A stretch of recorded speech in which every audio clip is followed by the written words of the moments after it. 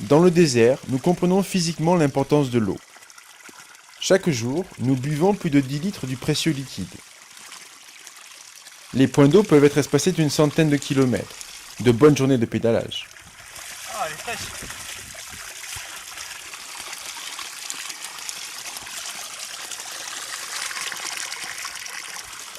Le désert nous fait découvrir la solidarité autour de l'eau.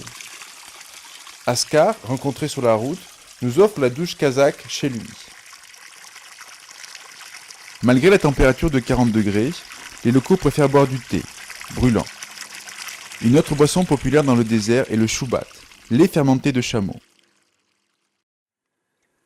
Ah, c'est un jus de fruits qui nous a été offert par un mec qui passait dans une voiture, il a juste arrêté pour...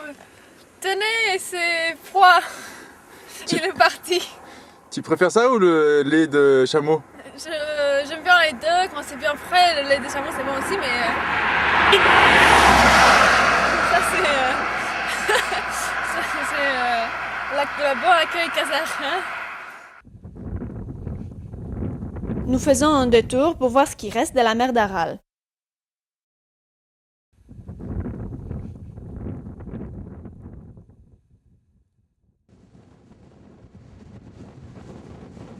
Il est difficile d'imaginer qu'il y a 40 ans, c'était la plage ici. Maintenant, la mer a pratiquement disparu. Certains des pêcheurs se sont transformés en bergers, mais il n'y a pas beaucoup d'herbes et la terre est saturée de pesticides et de sel.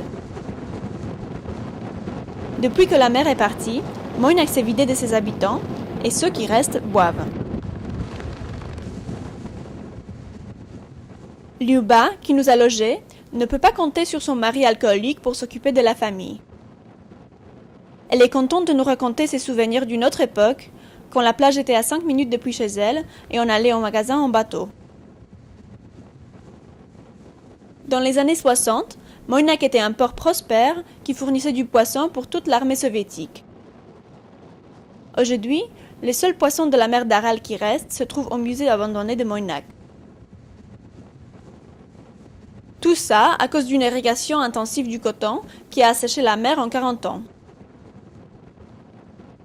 Peter, un scientifique allemand rencontré sur place, nous explique que la mer ne peut plus être sauvée. Tout ce qu'on peut faire maintenant, c'est diminuer la pollution due aux pesticides.